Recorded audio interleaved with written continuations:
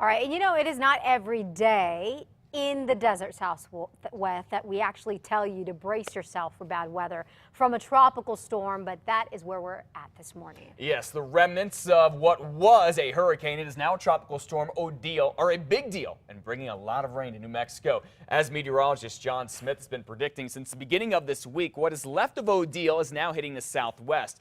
The tropical storm is moving north from Mexico after slamming the Baja Peninsula as a strong hurricane. The heavy rains here have caused a lot of flooding in Phoenix and a lot of Arizona, and it's tracking to bring as much as 5 inches or even more to the southern part of New Mexico as early as tomorrow. So please look out for flash flooding. We'll keep you updated with your forecasts. And here in Albuquerque, we could get as much as an inch of rain. This storm that is moving in is doing it more than a month after heavy rain flooded parts of the city, particularly downtown, and caused hundreds of thousands of dollars in damage. Remember what it was like, this hectic scene last month. It left the city with a lot of cleaning up to do, fixing areas where manhole covers literally popped off and even pulled up pavement. And the city also added signs at the central underpass near First Street to tell drivers don't drive through that when it's flooded.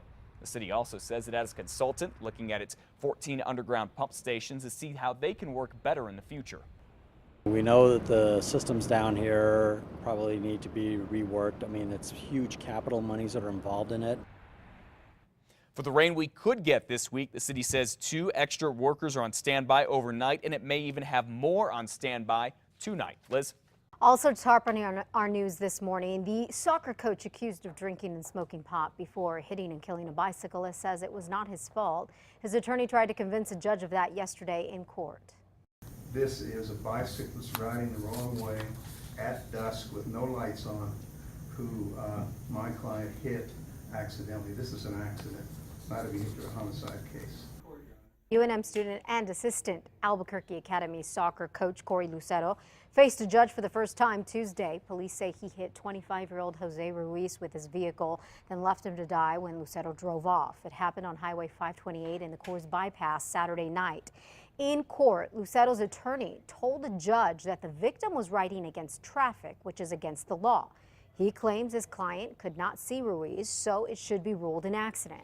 But witnesses tell cops that both were headed south and that they could see the victim riding his bike and that they could see that Lucero was swerving.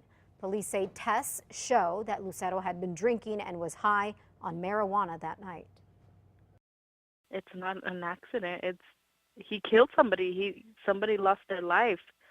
They don't want nothing to happen to him. Like, he killed somebody. Lucero is facing a vehicular homicide charge and is on unpaid leave from Albuquerque Academy. Well, a former APD sergeant will finally go on trial for a crash that killed a young woman and badly injured her sister more than a year ago. Adam Casaus's lawyer told the judge yesterday that they are now ready to make their case in the deadly 2013 crash. Casaus was off duty when he ran a red light at Paseo and Eagle Ranch. He hit a car carrying Ashley Browder and her sister Lindsay. Ashley died. Lindsay was critically injured. Casaus claims he was chasing a suspected drunk driver, but there is no record Casaus ever notified dispatch about pursuing the vehicle. Witnesses also reported that he did not have his lights or sirens on. Casaus was later fired from APD. He is charged with vehicular homicide. Now, the judges set the trial for Monday, which is expected to last all week. News 13 will be there. We will continue to follow this case until the verdict is read. You can find expanded coverage on our website right now, KRQE.com. Nationally this morning, ISIS is warning the U.S. that it is ready for a fight. A new video just released by the militant group says its fighters are ready to go after U.S. troops if the president sends them to Iraq. President Obama, meanwhile, is meeting with top military commanders in Tampa today at U.S. Central Command as they all form a plan to go after ISIS. That's the militant group in Iraq and Syria.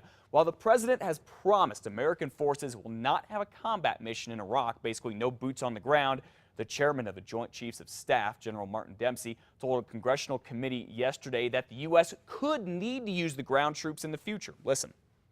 If we reach the point where I believe our advisors should accompany Iraq troops on attacks against specific ISIL targets, I'll recommend that to the president. Destroying ISIL will require more than military efforts alone. It will require political progress in the region and effective partners on the ground in Iraq and Syria. Well, today the U.S. House is expected to vote on the president's request for $500 million to train and equip moderate rebels in Syria. Over in the Senate, Secretary of State John Kerry will testify about the U.S. strategy to defeat ISIS. So far, about 40 countries have joined the fight, some willing to be involved in the airstrikes, and retired Marine General John Allen is coordinating the U.S. national effort. Well, the Twin Cities, Minneapolis and St. Paul in Minnesota, will now participate in a U.S. Justice Department pilot program designed to stop extremists from recruiting Americans to join their terrorist organizations overseas. Right now, investigators in Minnesota are trying to find out how a handful of people from there were recruited to travel to Syria and fight with the militants. At least one man died, and some families fear even their daughters have gone overseas to support the terrorists as well.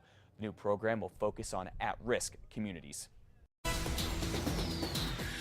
In this morning's Albuquerque Journal, Albuquerque may be getting a new civilian police oversight board with some actual power. According to the paper, tomorrow the city council will consider a Brad Winter-Ray Garduño ordinance. It is to create a police oversight board that would have subpoena power for officers and witnesses. It could demand a response from the police chief if the board's recommendations are ignored. Last month, the city council voted to suspend the previous Police Oversight Commission. This proposal is to fund the new board out of APD's budget for about $750,000 a year. Santa Fe is now the second New Mexico county asking the state's highest court to allow a non-binding advisory question over marijuana on the November general election ballot. Secretary of State Diana Duran decided last week that the state law does not allow advisory questions on the ballot. Governor Susana Martinez weighed in yesterday saying that such decriminalization attempts are, quote, a horrible, horrible idea, end quote. And as long as she is governor, she vows not to sign the bill. Meanwhile, in a vote on Capitol Hill last night, the House passed a bill that could make it harder for people on welfare to buy marijuana in states where the drug is actually legal. Supporters call it the No Welfare for Weed bill.